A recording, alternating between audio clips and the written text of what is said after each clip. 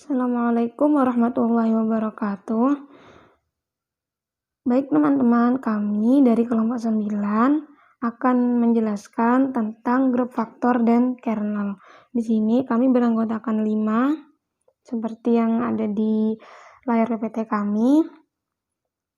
Nah, untuk selanjutnya langsung saja kita ke pembahasan materi. Simak baik-baik ya. Pada pertemuan mata kuliah struktur aljabar pada siang hari ini, kita akan bahas tentang grup faktor. Materi grup faktor itu masih berhubungan dengan materi subnormal grup. Jadi itu diingat-ingat kembali untuk memahami dari materi grup faktor. Pertama, definisi grup faktor. Bila H adalah subnormal dari grup G bintang, kita ingat bahwa subgrup normal itu ketika koset kanan sama dengan koset kiri. Nah, ketika kita kumpulkan, misal kita ambil koset kanan. Ketika kita kumpulkan koset kanan itu, maka akan membentuk himpunan dari koset-koset kanan. Misal kita definisikan dengan G per H sama dengan H bintang G, di mana G elemen G, itu koset kanan. Itu ketika dimasukkan sebuah operasi, itu akan membentuk grup.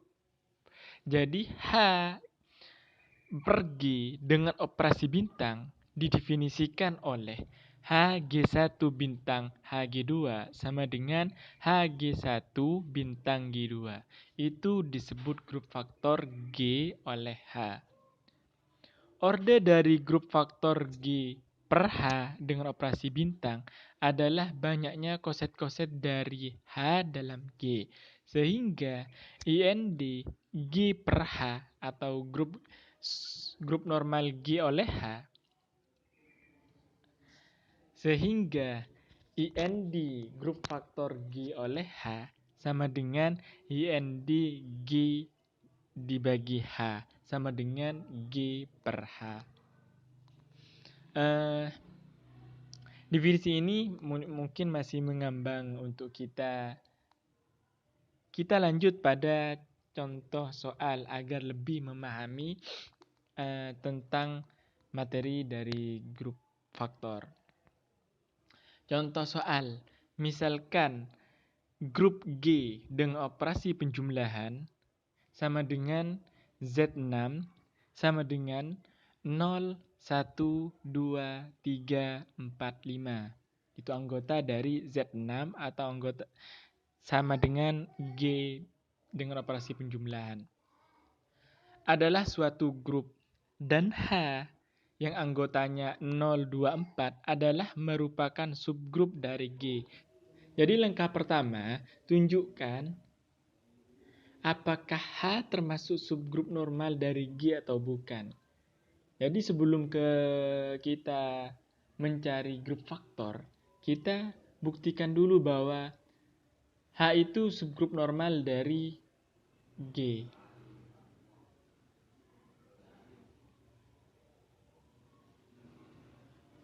Penyelesaian. Grup G dengan operasi penjumlahan sama dengan Z6 sama dengan 0, 1, 2, 3, 4, 5. Generatornya adalah 1, 2, 3, 4, 5. Koset kiri 0 tambah H sama dengan 0 ditambah himpunan H yaitu 0, 2, 4 sama dengan 0, 2, 0 tambah 0, 0. 0 tambah 2, 2. 0 tambah 4, 4. 1 tambah H hasilnya 1, 3, dan 5. Itu kalian bisa mudah mengerti. Itu kalian sudah mengerti koset kiri dan koset kanan. Itu kalian sudah mengerti karena ini materi dari subgrup normal. Kita lanjut pada koset kanan sama H plus 0 hasilnya 0, 2, 4. Nah, dari itu karena operasi penjumlahan itu bersifat komutatif, maka akibatnya 0 plus H sama dengan H plus 0, 1 plus H sama dengan H plus 1, 2 plus H sama dengan H plus 2, dan seterusnya. Dengan itu, kita terbukti bahwa koset kiri sama dengan koset kanan. Sehingga subgrup dari H sama dengan 024 merupakan subgrup normal dari G. Jadi terbukti yang pertama. Kita lanjut. Sekarang tentukan grup faktor G oleh H, yaitu G per H. Kita tentukan dulu IND G per H sama dengan IND G dibagi H sama dengan G per H. G anggotanya 6 per H 3 sama dengan 2. Unsur-unsur dari grup faktor tersebut adalah 2. Kita akan buktikan. Misalkan kita ambil koset kiri kan sama dengan koset kanan. Jadi kita ambil koset kiri atau koset kanan saja. Kita ambil koset kiri.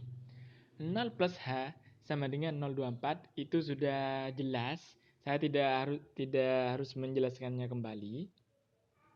Kita lanjut. Nah, dari itu kita dapat menyimpulkan bahwa 0 plus H sama dengan 2 plus H sama dengan 4 plus H, yaitu himpunan dari 0, 2, dan 4. Jadi unsur-unsur dari grup faktor tersebut adalah 0 plus H, yaitu H sendiri, dan 1 plus H, yaitu 1 yang beranggotakan 1, 3, 5. Sehingga grup faktor G oleh H itu beranggotakan H dan 1 plus H. Sehingga ketika kita ditambah operasi penjumlahan, maka G per H dengan operasi penjumlahan itu adalah grup faktor. Maka di situ ada tabel dari grup faktor. G sama dengan Z6 oleh H sama dengan 024. Jadi H plus H sama dengan H itu bisa kalian lihat sendiri. Kita buktikan satu aja. H plus H sama dengan H. 0 tambah 0 sama dengan 0. Kembali ke H. 2 tambah 2 sama dengan 4. Kembali ke H. 4 tambah 4 sama dengan 8. Mod 6 sama dengan 2. Jadi H plus H terbukti sama dengan H. Itu silahkan kalian buktikan sendiri, silahkan dipelajari. Assalamualaikum warahmatullahi wabarakatuh. Perkenalkan, nama saya Nur Farada Sugiyartini, NIM T 2018-7018, akan melanjutkan penjelasan dari pemateri sebelumnya. Yang pertama, teorema 2.23. Bunyi teoremanya bahwa buktikan G adalah grup dan buktikan H adalah subgrup normal dari G. Dapat dinotasikan Pi, maka G per H ditentukan oleh Pi A sama dengan AH adalah sebuah epimorfisme dari G ke G per H. Buktinya P maka Q bukti Pi A sama dengan AH dengan jelas bahwa itu mendefinisikan pemetaan dari G ke G per H.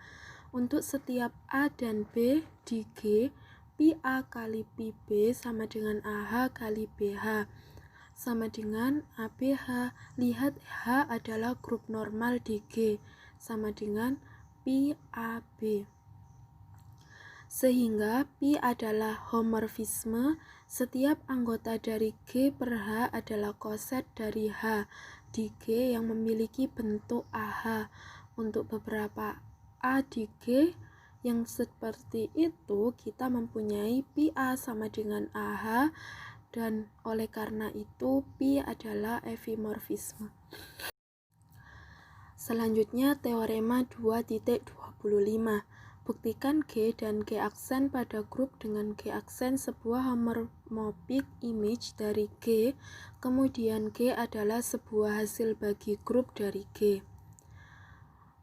P maka Q bukti. Buktikan Pi adalah epimorfisme dari G untuk G aksen, dan buktikan K sama dengan Pi untuk setiap AK di G per K, menetapkan theta AK BY, theta AK sama dengan pi A.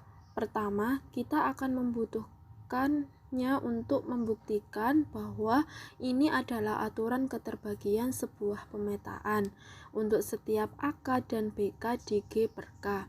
AK sama dengan BK jika dan hanya jika B inverse AK sama dengan AK jika dan hanya jika B inverse A elemen K, pi buka kurung B inverse A tutup kurung sama dengan E aksen, pi buka kurung B inverse tutup kurung pi A sama dengan E aksen, pi B inverse pi A sama dengan E aksen, pi A sama dengan pi B, theta AK sama dengan theta BK. Untuk itu, theta ditentukan pemetaan dari G per K untuk G aksen, dan bagian dari kalimat menunjukkan bahwa theta juga 1 lawan 1. Kita akan menunjukkan bahwa theta adalah isomorfisme dari G per K untuk G aksen. Pertama, perhatikan theta AK kali BK sama dengan theta ABK sama dengan pi AB sama dengan pi A kali pi B sama dengan pi AK kali theta AK kali theta BK. Theta adalah homorfisme. Untuk itu menunjukkan bahwa theta adalah onto, membuktikan A aksen sebarang di G aksen. Perhatikan pi adalah epimorfisme. Ini adalah elemen A di G yang dapat dilihat bahwa pi AK sama dengan pi A sama dengan D aksen. Untuk itu, setiap elemen di G aksen adalah image under theta dan terbukti bahwa theta adalah isomorfisme. Terima kasih, cukup sekian. Akan dilanjutkan oleh pemateri selanjutnya. Terima kasih atas waktunya. Di sini saya akan melanjutkan penjelasan tentang teorema fundamental dari homomorfisme. Di sini jika F adalah G ke H homomorfisme grup dengan inti K dan beta Fg, maka G per S isomorfis dengan Fg. Itu pernyataannya. Buktinya yaitu didefinisikan fungsi G, yaitu G per K ke Fg dengan GAK sama dengan FA. Telah dibuktikan bahwa G bijektif, sehingga tinggal membuktikan bahwa G homomorfisme pada satu sisi. GAK BK sama dengan GABK sama dengan FAB sama dengan FA FB. Sedangkan pada sisi lain GAK GBK sama dengan FB kali FA kali FB, sehingga GAKBK GAK GBK untuk semua koset AK dan K itu merupakan, sehingga terbukti pernyataan di atas itu merupakan bukti dari teorema fundamental dari homomorfisme. Assalamualaikum warahmatullahi wabarakatuh. Perkenalkan, saya Cinta Launa Fakih, NIM T 2018-7035. Di sini saya akan menjelaskan tentang teorema kernel. Yang pertama yaitu definisi dari teorema kernel. Jika G adalah grup dengan operasi bintang dan H adalah grup dengan operasi pagar, maka pemetaan V memetakan G terhadap H adalah homomorfisme jika V A operasi bintang B sama dengan V A operasi pagar V B untuk semua A dan B elemen dari G. Semua isomorfisme adalah homomorfisme, tetapi homomorfisme belum tentu isomorfisme. Kemudian kita lanjut ke contoh. Untuk contoh 1, yaitu untuk semua bilangan bulat positif n menetapkan V memetakan Z terhadap Zn oleh V A sama dengan kurung siku A. Untuk setiap A elemen dari Z, maka maka V A ditambah B sama dengan kurung siku A ditambah B sama dengan kurung siku A beda setangkup, kurung siku B sama dengan phi A beda setangkup phi B. Untuk semua A dan B elemen dari Z. Jadi phi adalah homomorfisme. Homomorfismenya di sini berupa onto, tetapi tidak one-to-one. Kemudian untuk contoh yang kedua, yaitu Z terhadap Z dari phi A sama dengan 2A untuk setiap A elemen dari Z. Jadi phi A ditambah B sama dengan 2A ditambah B sama dengan 2A ditambah 2B sama dengan phi A ditambah phi B untuk setiap A dan B elemen dari Z. Jadi phi adalah homomorfisme. Homomorfismenya di sini yaitu one-to-one, tetapi dia bukan onto.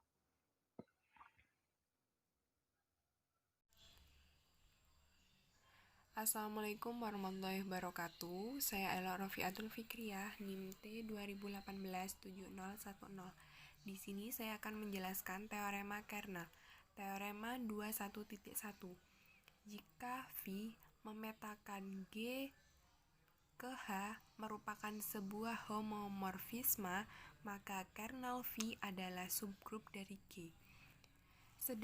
Sedemikian hingga phi adalah pemetaan satu-satu injektif. Jika kernel phi anggota EG. Yang pertama, kita akan membuktikan bahwasanya phi merupakan subgrup. Kita buktikan bahwasanya phi tidak sama dengan himpunan kosong. Karena G grup, maka akan terdapat E atau identitas di G. Dan karena phi merupakan homomorfisme, maka phi E sama dengan phi E aksen. Berdasarkan teorema 18.2a, maka E elemen kernel phi terbukti bahwasanya inti phi tidak sama dengan himpunan kosong. Kernel phi bersifat tertutup.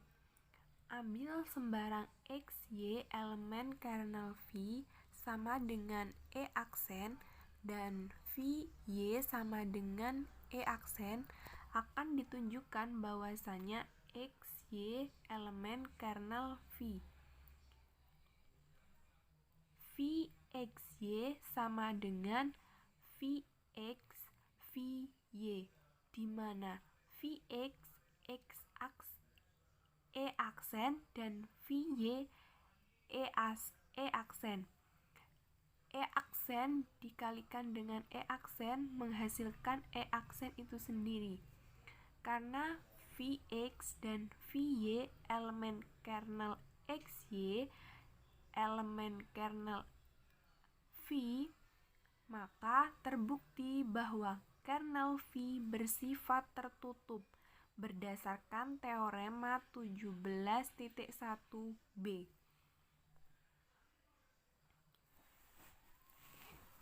Kernel phi memiliki inverse. Ambil sembarang X elemen kernel phi, maka phi X sama dengan E aksen. Akan ditunjukkan bahwa X inverse elemen kernel phi.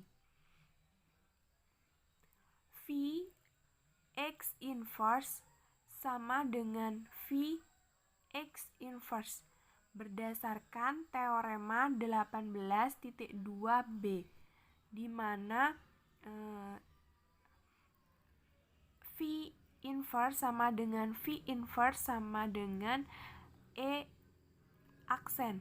Karena X elemen kernel phi, maka X aksen juga elemen kernel phi. Terbukti bahwa kernel phi memiliki inverse. Berdasarkan A, B, dan C, maka terbukti bahwasannya kernel V merupakan subgrup dari G.